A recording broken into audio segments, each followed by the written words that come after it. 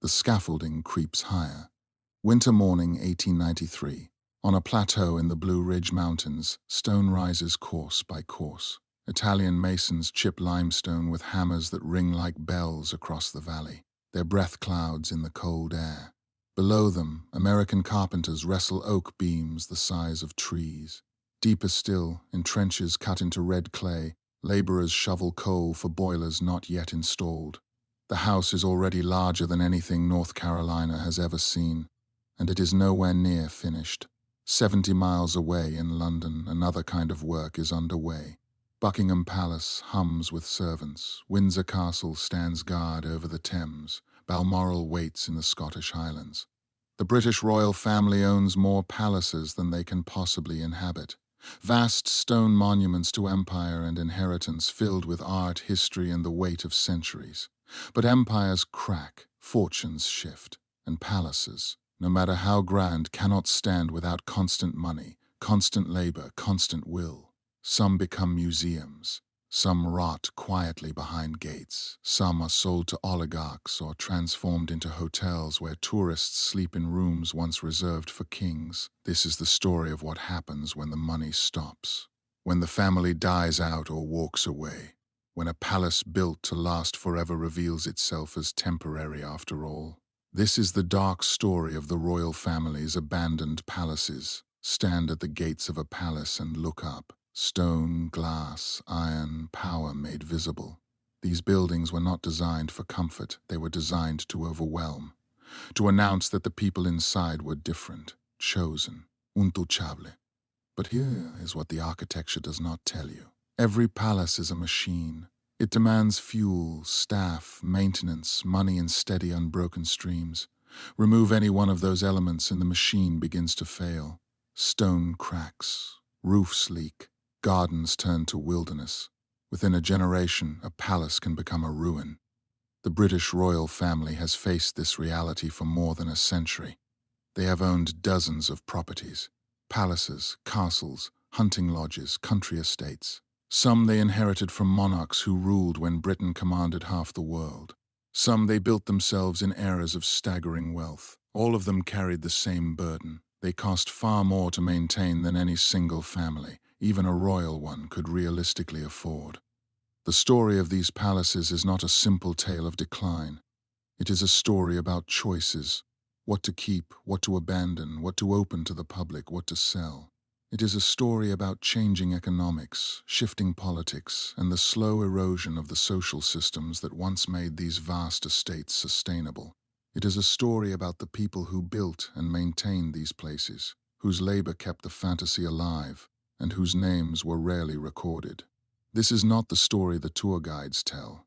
This is the story behind the polished brass and the velvet ropes. The story of what happens when palaces become too expensive to love, when beauty turns into burden, when history becomes a weight no family, no matter how powerful, can carry alone. This is the untold story of the royal family's abandoned palaces. The palaces were built to last 1,000 years. Architects drew plans in the language of permanence. Foundations sunk deep into bedrock, walls 3 feet thick, roofs of Welsh slate that would outlive everyone who laid them, rooms numbered in the hundreds, corridors that stretched for city blocks, fireplaces large enough to stand inside, windows taller than most houses. Consider Hampton Court Palace. Construction began in 1515 under Cardinal Wolsey, then seized by Henry VIII.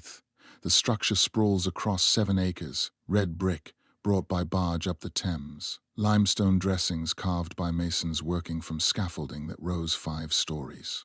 The Great Hall measures 106 feet long, 40 feet wide. Its hammerbeam roof, constructed from English oak, weighs hundreds of tons. Every joint was cut by hand. Every beam was shaped with adze and saw. The design declared certainty. This would stand when everything else had crumbled. The monarchs who commissioned these buildings did not think in decades. They thought in dynasties. A palace was not shelter. It was statement. It said, "We were here, we will remain, our line is eternal." Windsor Castle, the oldest continuously occupied palace in Europe, has been expanded by successive monarchs since William the Conqueror built the original Motte and Bailey fortification in 70. Stone replaced timber. Round towers became square. Gothic additions layered onto Norman foundations. By the 19th century, the complex covered 13 acres, 900 rooms. St. George's Chapel, a masterpiece of perpendicular Gothic, took 50 years to complete. Buckingham Palace, though younger, matched the ambition. Built in 1703 as a townhouse for the Duke of Buckingham, it became a royal residence in 1761 when George III purchased it. Successive expansions turned it into a palace of 775 rooms. The facade, refaced in 1913 with Portland stone, presents a face of imperial confidence to the mall. Inside, ballrooms, state apartments, throne rooms, galleries designed to accommodate thousands during state occasions. The architecture was political. Every column, every cornice reinforced hierarchy. The buildings separated royalty from subjects through sheer physical mass. You approached on foot or by carriage, crossing courtyards designed to humble. You entered through doors scaled for giants. You stood in entrance halls where ceilings soared beyond normal human proportions. The message was automatic and unavoidable. You were small. They were permanent. But stone is not eternal. Slate fractures in frost, mortar weathers, lead roofing oxidizes, timber rots when damp penetrates, masonry cracks as foundations settle. The permanence was always illusion. It required constant intervention, constant repair, constant expense. The architects knew this. The monarchs who commissioned the work chose to believe otherwise. They built as if wealth would last forever. As if the labor and resources needed to maintain these monuments would always be available. As if the world would never change enough to make a palace obsolete. They were wrong. Beneath every grand staircase ran another staircase, narrow and unadorned. Behind every gilded drawing room lay a warren of service corridors painted institutional green. The palaces functioned because of infrastructure that guests were never meant to see. Kitchens the size of warehouses. Laundries that ran day and night, boiler rooms burning coal by the ton, an army of servants moving in choreographed silence so the family upstairs could live as if luxury appeared by magic. At Windsor Castle, the service areas spread through the basement and lower floors like a hidden city. The kitchens occupied an entire wing. Ranges large enough to roast whole oxen. Copper pots hanging from ceiling racks, each one polished weekly. Sculleries with stone sinks 10 feet long for washing dishes after state banquets. Cold rooms lined with slate to store meat and game. Pantries inventoried like military supply depots. The staff quarters formed a parallel world. Rooms barely large enough for a narrow bed and chest of drawers. Servants slept in attics or basement cells. Men and women strictly separated. They rose before dawn. Maids lit fires in the family bedrooms so the rooms would be warm when the royals woke. Footmen carried hot water up back stairs for baths. Cooks began breakfast preparation while the palace still lay dark. Hampton Court's service infrastructure reveals the scale. The Tudor kitchens, partially preserved, show industrial food production from the 16th century. 6 fireplaces, each large enough for a man to stand upright inside. Spit mechanisms turned by dogs running in wheels. A room devoted entirely to preparing fish. Another for pastry. A third for roasting. At its peak, the kitchens fed a court of more than 1,000 people daily. The heating systems demanded their own workforce. Buckingham Palace installed central heating in the 1850s, early by any standard. Boilers in the basement, fed by coal delivered through underground chutes.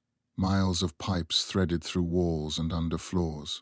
Engineers worked in shifts to maintain pressure and temperature.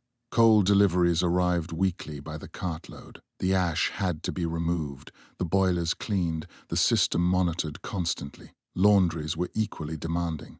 At Kensington Palace, the laundry rooms occupied a separate building. Industrial washing equipment, mangles for pressing, drying racks that lifted to the ceiling on pulleys. Women stood at stone tubs scrubbing linens in water heated by coal-fired coppers. The work was hot, wet, and relentless. Sheets, tablecloths, towels, clothing. Everything had to be washed, dried, ironed, and returned. This infrastructure was expensive. Coal bills ran to thousands of pounds annually. Wages for the staff, though modest individually, accumulated. At its height, Buckingham Palace employed more than 400 servants. Each needed housing, food, uniforms, and supervision.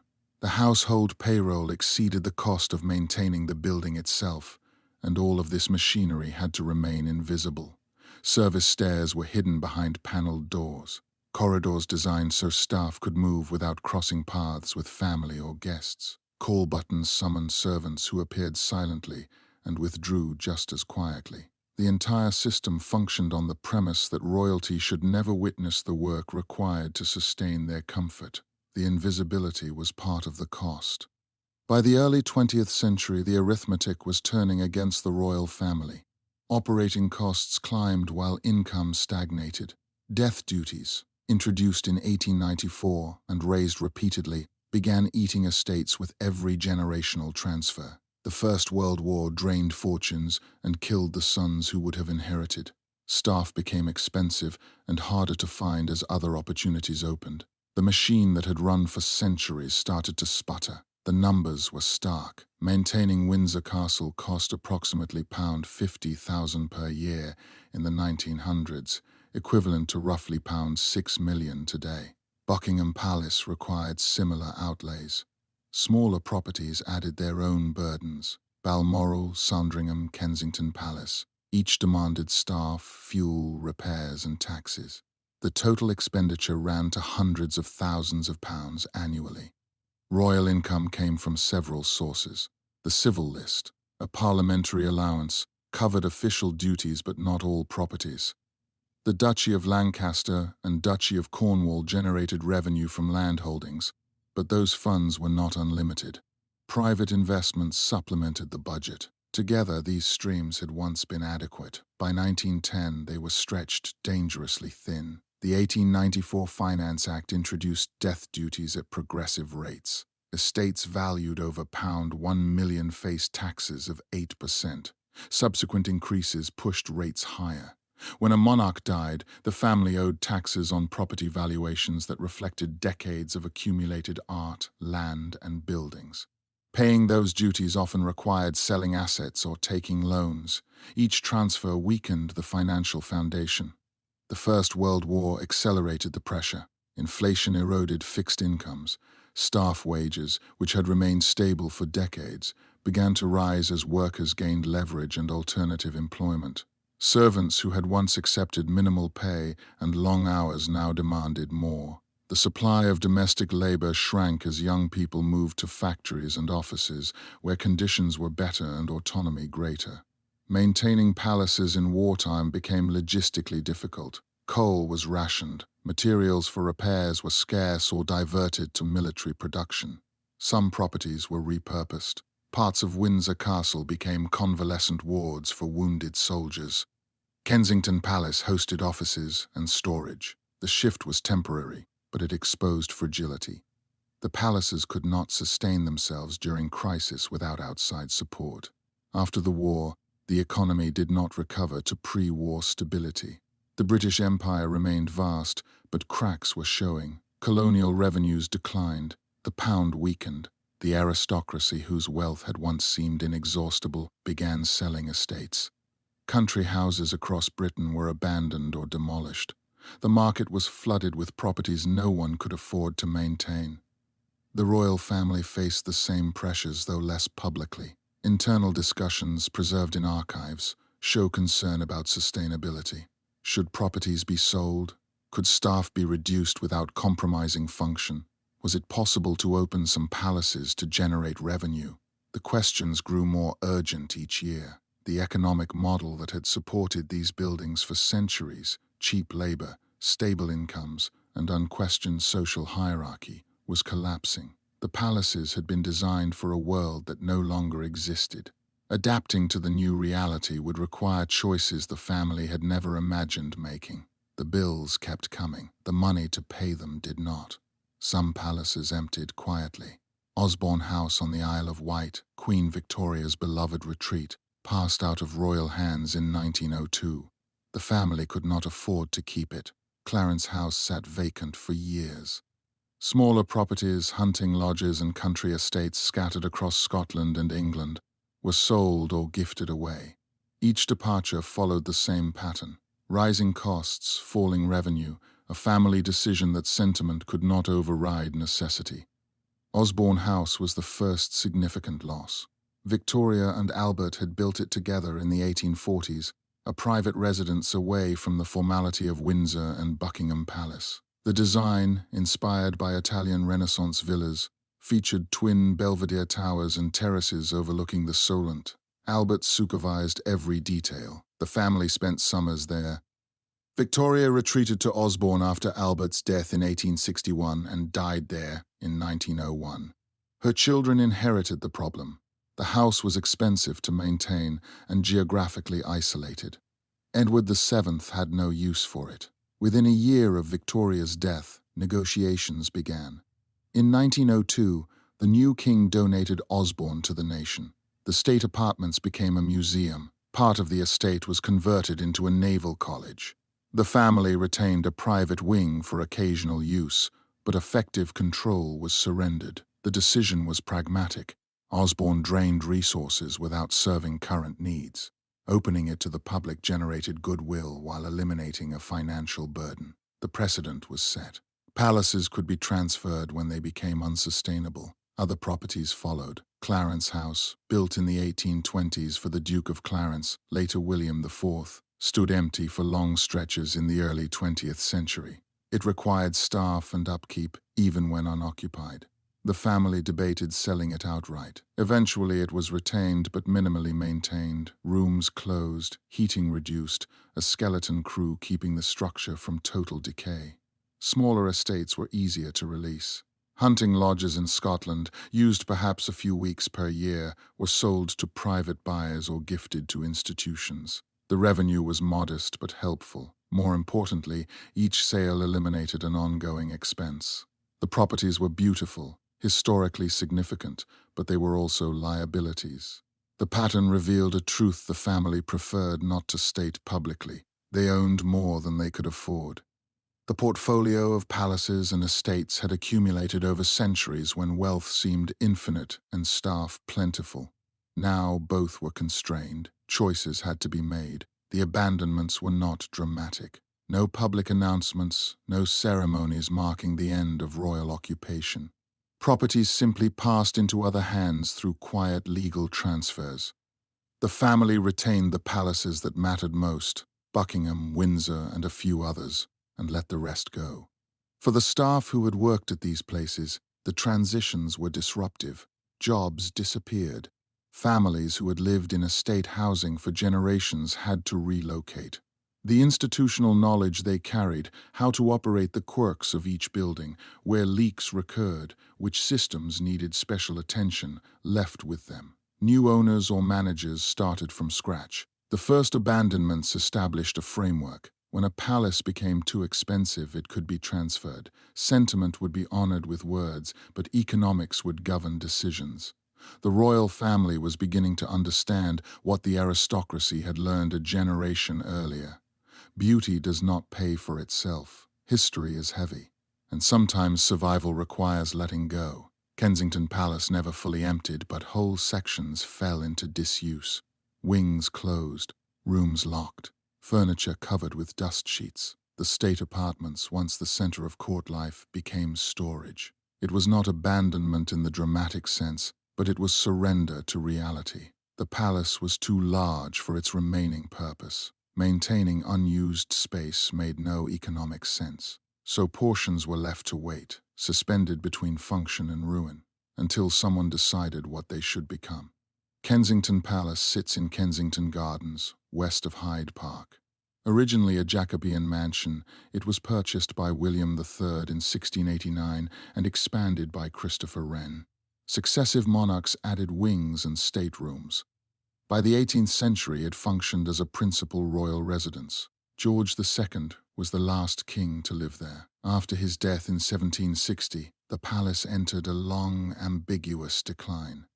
Queen Victoria was born at Kensington in 1819 and lived there until her accession in 1837. She moved to Buckingham Palace immediately and never returned to live at Kensington. The palace became a residence for lesser royals, distant relatives, and courtiers granted grace and favour apartments. These were often poorly maintained, aging quickly as funds were directed elsewhere. By the early 20th century, parts of Kensington were in visible decay. The state apartments, magnificent rooms designed for receptions and ceremonies, stood empty. The King's Gallery, the cupola room, the presence chamber, all silent. Dust accumulated, wallpaper peeled, plaster cracked, textiles faded. The palace was not officially abandoned, but it was neglected. The decision was economic. Heating these vast rooms cost thousands annually. Staffing them required footmen, maids, and maintenance workers. For what purpose? No one held court there. No state functions required the space. Keeping them pristine was expense without return. So they were closed, doors locked, windows shuttered. The decay was managed, slowed but not stopped. Other parts of the palace remained occupied. Apartments in the less grand wings housed members of the extended royal family and their staff. These sections were maintained adequately, though not lavishly. The contrast was stark. Inhabited rooms showed care. Abandoned rooms showed time's patient work.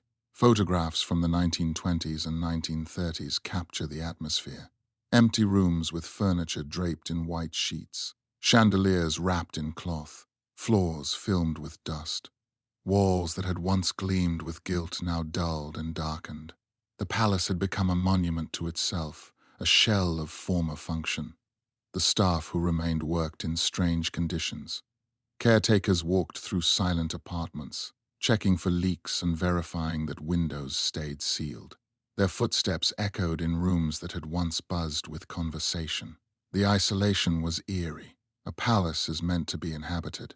Empty, it feels haunted not by ghosts but by absence. Managed decay was cheaper than full maintenance, but it was not free. Roofs still needed repair when slates cracked. Gutters had to be cleared to prevent water damage. Foundations required monitoring. The palace could not be entirely ignored without risking structural failure. The goal was to spend the minimum necessary to prevent collapse while deferring everything else. This strategy worked for decades, but it stored up problems. When the decision was finally made to restore and open Kensington Palace to the public in the 1950s and 1960s, the cost was enormous. Decades of deferred maintenance meant comprehensive restoration. Plaster had to be replaced, paintings conserved, floors refinished, systems updated. Managed decay was a bet. The family wagered that someday resources would return. Someday the palace would matter again. In the meantime, it waited. When a palace begins to close, the staff go first. Not all at once, but in waves. Footmen, maids, cooks, grooms dismissed or reassigned. Some stayed on reduced crews, caretakers watching over rooms that no longer received guests. These workers understood the palaces in ways the family never could. They knew which pipes froze in winter, which chimneys drew poorly, which floors warped in damp. They were the memory of the place. When they left, that knowledge went with them. At Osborne House, the staff peaked at around 100 during Victoria's lifetime. After her death and the transfer to state control, the household shrank to fewer than a dozen. Those who remained became caretakers, not servants. Their job was preservation, not service. They walked empty corridors, checked for leaks, and ensured the structure did not deteriorate too quickly. The caretaker role was lonely. Where once the palace hummed with activity, now silence dominated. Rooms that had been cleaned daily sat undisturbed for weeks. Fires that had burned in every hearth were reduced to one or two, just enough to keep damp at bay. The staff who stayed adapted to a new rhythm. Their work was less about preparation and presentation and more about monitoring and maintenance. Many servants found the transition difficult. They had trained for years in specific roles. A footman learned to serve at table, to announce guests, to move with precise choreography. A lady's maid mastered hairdressing, wardrobe care, and discretion. When those functions disappeared, their expertise became irrelevant. Some found positions in other great houses. Others left domestic service entirely, moving to factories, shops, or offices where the work was different but the future more certain. Those who stayed often did so out of attachment or lack of alternatives. Older servants, particularly those who had worked in a palace for decades, faced limited options. Age and specialization made finding new employment hard. Staying as a caretaker, even at reduced wages, was preferable to unemployment. For some, the palace was home. They had lived there longer than anywhere else. Leaving felt like exile. The knowledge these servants carried was practical and irreplaceable. They understood the building's quirks. Which door stuck in humid weather? Which window leaked during heavy rain? Where mice nested in winter? Which section of roof needed attention first? This knowledge accumulated over years of daily contact. It could not be written down completely or transferred in a manual. When staff departed, buildings suffered. New caretakers, even conscientious ones, lacked the intimate familiarity. Problems that would have been caught early went unnoticed until they became serious. A small leak in a hidden section of roof could rot timbers for months before detection. Foundations that needed seasonal monitoring might be checked irregularly. The palace began to fail in ways that were subtle at first, then accelerating. Archives hold scattered records of these workers. Payroll ledgers list names and wages. Letters occasionally surface, written by servants to family or friends, describing life in a palace winding down. One housemaid at Kensington Palace wrote in 1925 about the strangeness of cleaning rooms no one would use. The work felt futile, she said, like polishing silver that would never be set on a table. Their labor sustained the illusion. Even empty, the palaces needed care. Dust had to be managed. Vermin controlled. Basic systems maintained. Without caretakers, the buildings would have decayed into ruin within years. They were the thin line between preservation and collapse. Yet their work was invisible then and remains largely invisible now. Visitors to restored palaces see the architecture, the art, the historical narratives. They rarely learn about the caretakers who kept the place standing through decades of neglect. Those names did not make plaques. Their stories were not recorded in official histories. They simply did their work, and then they were forgotten. The Scottish estates survived longer because they served a different function. Balmoral was not a seat of government or a symbol of imperial power. It was refuge. The royal family retreated there when London became unbearable. The surrounding land could be leased for shooting and stalking, generating modest income. The castle itself was smaller, more manageable. It proved that palaces could endure if they adapted their purpose and accepted their limits. Balmoral Castle sits in Aberdeenshire, surrounded by the Cairngorm Mountains. Prince Albert purchased the original estate in 1852 for Queen Victoria. He found the existing house too small and commissioned a new castle in Scottish baronial style. Construction finished in 1856. The building, clad in local granite, featured turrets, stepped gables, and a central tower. The design honored Scottish architectural traditions while incorporating modern conveniences. Victoria loved Balmoral. She and Albert spent summers there, walking the hills, sketching the landscape, and escaping court formality. After Albert's death, Victoria retreated to Balmoral frequently, finding solace in isolation. The estate became deeply personal, a place where the royal family could live more simply, away from public scrutiny. The economic model was different from southern palaces. Balmoral was private property purchased with personal funds, not crown estates. This distinction mattered. The family had more control and fewer obligations to public expectations. The estate operated almost as a working Highland property. Deer stalking and grouse shooting brought in revenue. The royal presence increased desirability. Wealthy sportsmen paid substantial fees to lease shooting rights on Balmoral land. The castle itself was relatively modest by royal standards, about 150 rooms, far smaller than Windsor or Buckingham Palace. The household staff numbered fewer than 50 during the family's residence. Operating costs were high but manageable. The isolation helped. Fewer guests meant less entertaining, less strain on kitchens and staff. The royal family used Balmoral for rest, not spectacle. The surrounding landscape also required less intensive management. Unlike the formal gardens at southern palaces, Balmoral's grounds were largely natural.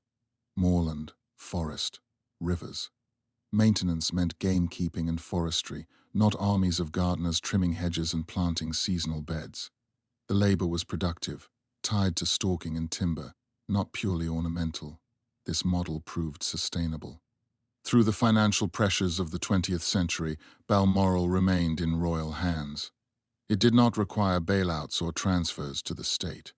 The family continued visiting annually, maintaining the tradition Victoria had established. The estate adapted quietly, reducing staff during the off-season, tightening budgets, but never closing. The key was scale and purpose. Balmoral was large enough to be impressive, small enough to manage. It served a clear function: private retreat and working estate. It generated income from land use. And it was removed from the political pressures that weighed on London properties. Closing Buckingham Palace would be a national crisis. Closing Balmoral would be a private family matter. The Scottish estates also benefited from cultural attachment. The royal family's connection to Scotland, cultivated since Victoria's time, gave Balmoral symbolic importance. It represented continuity, tradition, and a romanticized vision of Highland life. That cultural capital translated into public tolerance. Few questioned the expense of maintaining Balmoral because it was understood as personal and culturally significant, not merely extravagant. The contrast with other palaces was instructive. Properties that tried to be everything, ceremonial seats, administrative centers, private homes, tended to fail. They cost too much and satisfied no single purpose completely. Balmoral succeeded by being narrowly defined. It was a retreat. That simplicity made it defensible and sustainable. The lesson was clear but hard to apply. Most palaces could not simply rebrand. Their purposes were fixed by history and expectation. Balmoral had the luxury of being different from the start. Opening palaces to visitors was not generosity. It was necessity. The National Trust and historic royal palaces took control of properties the family could no longer afford. Hampton Court, Kensington Palace, the Tower of London. Tourists paid admission. Revenue funded preservation. The bargain was clear. These buildings would survive, but they would no longer be private. History would be displayed, not lived. The transformation was pragmatic and irreversible. The shift began slowly after World War II. Britain was rebuilding. The economy was strained. The royal family faced pressure to justify their properties. Opening select palaces to public view served multiple purposes. It generated income, demonstrated transparency, and turned liabilities into cultural assets. The model had precedent. Country houses across Britain had opened to tourists as aristocratic families struggled financially. The royal family followed suit. Hampton Court Palace became the proving ground. In 1838, Queen Victoria had opened the state apartments to the public, but access remained limited and irregular. After World War II, the arrangement formalized. Historic Royal Palaces, a charity established to manage unoccupied royal palaces, took control. Hampton Court became a full-scale tourist attraction. Admission fees funded conservation and staffing. Visitor numbers climbed steadily. The Tower of London followed the same path. Though it had been a tourist site in some form for centuries, professional management expanded access and improved presentation. The crown jewels became a major draw. Guided tours by yeoman warders provided theatrical historical narratives. Revenue soared. The tower transformed from aging fortress into one of London's top attractions. Kensington Palace opened its state apartments in the 1950s after extensive restoration. The project cost hundreds of thousands of pounds, funded by government grants and early tourism revenue. The palace showcased royal history, particularly the reigns of William and Mary and Queen Victoria. The apartments were staged with period furniture and artworks. Audio guides and interpretive panels educated visitors. The palace became a museum of itself. The bargain required compromise. Opening to the public meant accepting limitations on privacy and use. Rooms displayed to tourists could not serve other functions. Foot traffic wore flaws and stressed infrastructure. Visitor facilities, restrooms, cafes, gift shops had to be added, often in awkward retrofits that compromised historic fabric. Security became complex. Protecting valuable objects while allowing close viewing demanded constant vigilance. Staff changed as well. Domestic servants were replaced by tour guides, conservators, security officers, and administrators. The workforce grew, but the roles shifted from private service to public education. Guides needed training in history, public speaking, and crowd management. Conservators required specialized skills to preserve artifacts under exhibition conditions. The palace became a workplace of a very different kind. The financial model worked. By the 1980s, historic royal palaces managed multiple sites and generated substantial revenue. Admission fees, retail sales, and event rentals funded operations and capital improvements. The palaces were self-sustaining, no longer drains on royal or state budgets. The success validated the public bargain, yet something was lost. These buildings had been homes, workplaces, centers of power. Now they were exhibits. The rooms were frozen in curated versions of the past. Ropes and barriers separated visitors from furnishings. Signage explained what had happened in each space, but the spaces no longer happened. They were stages for stories, not settings for life. For the royal family, the trade-off was acceptable. They retained the palaces they actively used, Buckingham, Windsor, Holyrood, Balmoral, and offloaded those they did not. The buildings were preserved and made accessible. The family's image benefited. They appeared generous, sharing national heritage rather than hoarding it. For the public, the bargain delivered access to spaces previously closed. History became tangible. Visitors could walk where monarchs had walked, see art collected over centuries, and stand in rooms that shaped national events. The cost was modest, a ticket price far less than a palace had ever cost to build or maintain. The democratization of the palaces was incomplete. Entry still required payment, but it was real. The areas open to the public represent a fraction of the whole. Behind the velvet ropes and guided routes lie storage rooms, workshops, administrative offices, sections too damaged to display or too expensive to restore. The tourism model works, but only for the parts deemed valuable or accessible enough to monetize. The rest lingers in a gray zone, maintained minimally, waiting for funding that may never arrive. At Hampton Court, tourists walk the state apartments, the Great Hall, the Chapel Royal, the Tudor kitchens. The routes are carefully designed, one-way flows prevent congestion. Interpretive panels explain each room, audio guides narrate royal history. The experience is polished and comprehensive. What visitors do not see are the closed wings. Entire sections of the palace remain off-limits. Some are offices for historic royal palaces staff. Some are storage for furniture and artifacts not currently displayed. Some are simply too deteriorated to open safely. These unseen areas carry their own stories. Storage rooms hold portraits of forgotten courtiers, furniture awaiting conservation, textiles too fragile for exhibition. Workshops hidden in basements and attics house craftspeople who repair stonework, restore paintings, and maintain the building's systems. Electricians, plumbers, and carpenters work in spaces that have not changed substantially in a century. Their tools and techniques are modern, but the problems they solve are timeless. Leaking roofs, failing mortar, wiring that phrase. At Kensington Palace, the private apartments occupied by working royals are completely sealed from tourists. High walls and security barriers separate public and private zones. Visitors touring the state apartments walk within meters of rooms where people live, but they will never see inside. The division is absolute. The palace functions simultaneously as museum and residence, two incompatible purposes held in uneasy coexistence. The economics of selective display are clear. Restoring a room to exhibition standard costs tens or hundreds of thousands of pounds. Climate control, lighting, conservation-grade materials, interpretive content, all add expense. The investment is only justified if visitor numbers support it. Marginal rooms, those without dramatic stories or visual appeal, remain closed. They are maintained to prevent decay, but not opened. This creates a two-tier preservation system. The public areas receive funding and attention. They must look perfect because they generate revenue. The private areas receive what is left over. If budgets tighten, maintenance in non-public zones is deferred.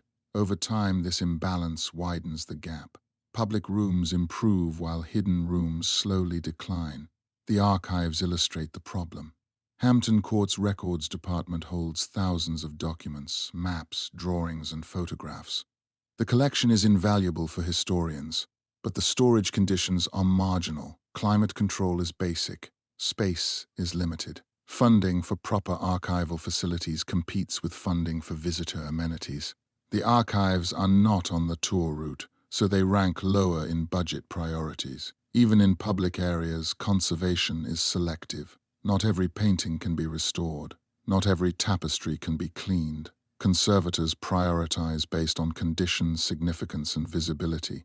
A painting in the king's apartments receives attention before one in a secondary gallery. Textiles displayed prominently are treated before those in storage. The decisions are rational, but they mean some objects deteriorate while others are saved. Visitor impact complicates preservation. Thousands of people walking through rooms each day introduce moisture, dust, and physical wear. Humidity rises from breath and body heat. Oils from skin transfer to surfaces when people lean on barriers or touch walls. Even careful visitors degrade the environment. Conservators work constantly to mitigate this damage, but they cannot eliminate it. The unseen palace is the real palace. The workshops where craftspeople labor, the storage rooms where history waits, the mechanical spaces where systems hum, the closed wings where decay advances slowly, the administrative offices where decisions are made about what to save and what to let go. This infrastructure makes the visitor experience possible, but it remains invisible by design. Tourists come to see the spectacle. The machinery behind the spectacle is hidden. It always has been. Some properties left royal hands entirely. Sold to private buyers who wanted the prestige of owning a palace but lacked the history that came with it. Russian oligarchs, American billionaires, Middle Eastern investors. They purchased estates and pumped in money for renovations. The buildings survived, but their meaning changed. A palace built to house kings became a trophy asset. The preservation was real. The purpose was gone. This trend accelerated in the late 20th and early 21st centuries. British country estates flooded the market as aristocratic families could no longer sustain them. Some properties were demolished. Others were converted to hotels, schools, or apartment complexes. A few were purchased by the ultra-wealthy as private residences. These buyers had resources the original families lacked, fortunes earned in oil, finance, technology, or natural resources. Money sufficient to restore and maintain buildings that governments had abandoned. The pattern was straightforward. A property languished for years, partially derelict. The family owning it could not afford repairs. The building was listed, preventing demolition but also limiting alterations. The family sought buyers. Most were deterred by cost and complexity. Then a wealthy buyer appeared, often foreign, willing to pay millions and commit millions more to restoration. The transaction closed. Restoration began. The work was often meticulous. New owners hired conservation architects, craftspeople skilled in historic techniques, and project managers experienced with listed buildings. Roofs were reslated. Stonework repointed. Interiors restored to period accuracy or adapted tastefully. The investment was staggering, sometimes exceeding the purchase price many times over. The results were impressive. Buildings that had been crumbling were returned to structural soundness and visual splendor. Yet the purpose had changed fundamentally. A palace built for a monarch now housed a businessman. The grand rooms designed for state functions became backdrops for private dinners and corporate entertaining. The history was acknowledged, often celebrated, but it was no longer lived. The new owners were curators of their own acquisitions, not inheritors of tradition. For some buyers, the motivation was status. Owning a palace conferred prestige. It signaled wealth, taste, and a connection to European history. Guests could be entertained in rooms that once hosted kings. Business meetings could take place in libraries where statesmen had negotiated treaties. The building became a tool for social and professional positioning, its historic value secondary to its symbolic utility. For others, the motivation was preservation itself. Some wealthy buyers genuinely cared about architecture and history. They saw themselves as stewards, rescuing buildings that would otherwise be lost. The ownership was private, but the intent was protective. These buyers often opened their properties occasionally for tours or allowed scholars access to archives. The preservation was not purely selfish. The critique is that preservation funded by oligarchs is fragile and selective. If the owner loses interest or fortune, the building's future becomes uncertain again. There is no institutional structure to ensure continuity. The preservation depends on one person's will and resources. When that person dies or divests, the building may be sold again, possibly to someone less committed. Additionally, private ownership limits public benefit. A palace restored as a private home remains inaccessible to most people. The history it embodies is locked behind gates and security systems. Only a privileged few ever see the results of the restoration. The public investment in listing protections and planning permissions produces private enjoyment with minimal public access. Some former royal properties fit this pattern. Smaller estates sold off in the 20th century were purchased by wealthy individuals. The buildings survived because someone had the money and the desire to maintain them. But they ceased to be palaces in any meaningful sense. They became very large, very expensive houses. The architecture remained. The royal function did not. The oligarch solution is a market-based answer to a cultural problem. It works in the sense that buildings are preserved. It fails in the sense that preservation becomes dependent on the wealth and whims of individuals. The long-term sustainability is uncertain. The public good is minimal. And the meaning of the palace shifts from national symbol to personal possession. The building stands, but what it stands for has been hollowed out. Keeping a palace alive demands resources on a scale most people never consider. Heating a building with hundreds of rooms burns energy at industrial rates. Water, electricity, maintenance materials all consume and deplete. The limestone facades require cleaning every decade to prevent pollution damage. The gardens need constant irrigation. Preservation is not a static act. It is an ongoing extraction of resources from the environment, justified by cultural value but undeniably expensive in ecological terms. Consider Windsor Castle's heating requirements. The complex covers 13 acres. Heating systems must maintain stable temperatures to protect artworks, furnishings, and the structure itself. Extreme cold causes pipes to freeze and plaster to crack. Extreme heat accelerates deterioration of textiles and wood. Climate control runs year-round, consuming enormous quantities of energy. Modern systems are more efficient than the coal boilers of the past, but the scale overwhelms efficiency gains. Water use is similarly intensive. Palace gardens, designed for visual impact, require irrigation during dry periods. Fountains, when operational, circulate thousands of gallons daily. Historic plumbing systems, often augmented rather than replaced, leak at rates that would be unacceptable in modern construction. Repairs are complicated by listed building restrictions. The systems must function, but alterations are tightly controlled. Maintenance materials carry environmental costs. Stone cleaning uses chemical agents or high-pressure water, both resource-intensive. Repointing masonry requires lime mortar, produced by burning limestone at high temperatures, releasing carbon dioxide. Timber repairs demand old-growth wood or carefully sourced alternatives. Metal conservation involves treatments that generate hazardous waste. Each intervention, while preserving the building, extracts from the environment. The carbon footprint of palace operations is substantial. Heating, lighting, transportation for staff and visitors, materials for repairs, all contribute. Historic royal palaces has made efforts to reduce emissions. Solar panels on secondary buildings, LED lighting, improved insulation where possible. But the core problem remains. These buildings were not designed for energy efficiency. Their primary purpose was display, not sustainability. Retrofitting for modern environmental standards is difficult and incomplete. Tourism adds another layer. Visitors arrive by car, bus, train. Each mode carries environmental cost. The infrastructure to support tourism, parking, restrooms, cafes, produces waste and consumes resources. Visitor numbers in the millions mean millions of journeys, millions of transactions, millions of small environmental impacts that accumulate.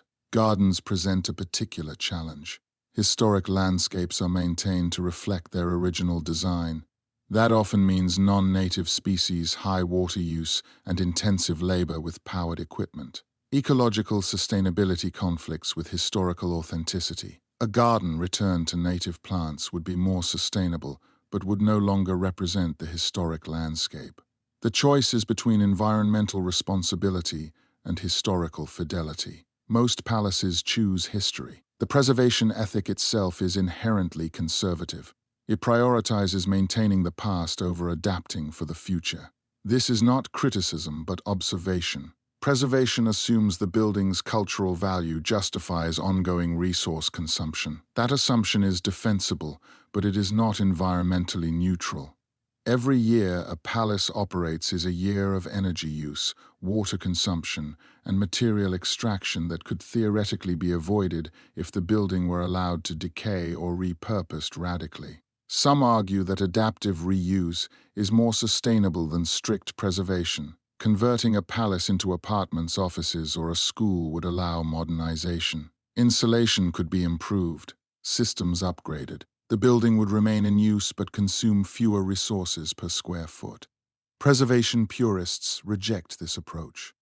They argue that the historical integrity is lost when use changes. The debate is unresolved. Climate change introduces new threats. Extreme weather events, more frequent and severe, damage historic buildings. Flooding, storms, and heat waves stress structures not designed for such conditions. Preservation budgets must now include climate adaptation, flood defenses, storm-resistant roofing, improved drainage. These measures are expensive and acknowledge that the past climate regime, which the buildings were designed for, no longer exists. The environmental cost of preservation is rarely discussed publicly. Cultural institutions emphasize heritage value, educational mission, and economic impact. They mention sustainability initiatives, but the fundamental contradiction remains. Preserving large historic buildings is environmentally expensive. The justification is cultural, not ecological. Society must decide whether that trade-off is acceptable and under what conditions. There are no easy answers. Some palaces survived intact, transformed into museums or state properties. Others were subdivided, sold as apartments, repurposed as schools or government offices. A few were demolished entirely, too damaged or too expensive to save.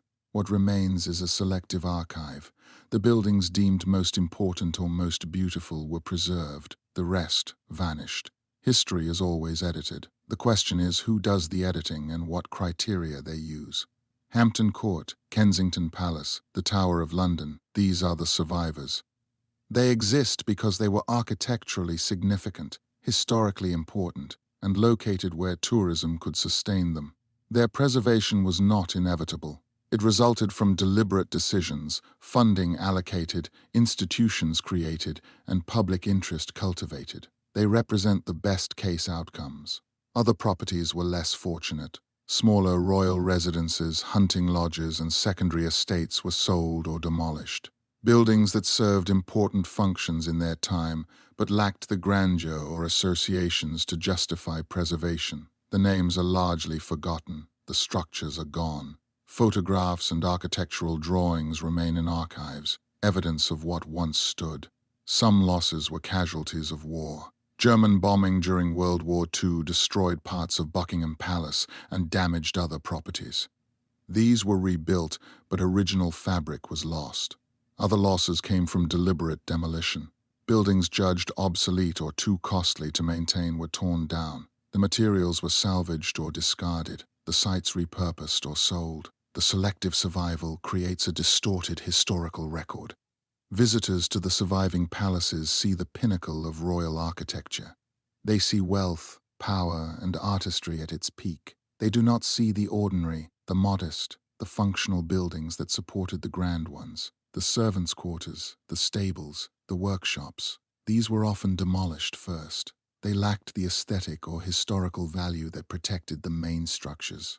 What remains also reflects geography. London and the southeast concentrated royal properties and preservation resources. Palaces in these areas were more likely to survive. Remote estates, particularly in Scotland and Wales, faced higher abandonment risks. Distance from population centres reduced tourism potential. Without visitors, funding dried up. Without funding, buildings decayed. The preservation decisions were made by committees, experts in architecture, history, and heritage.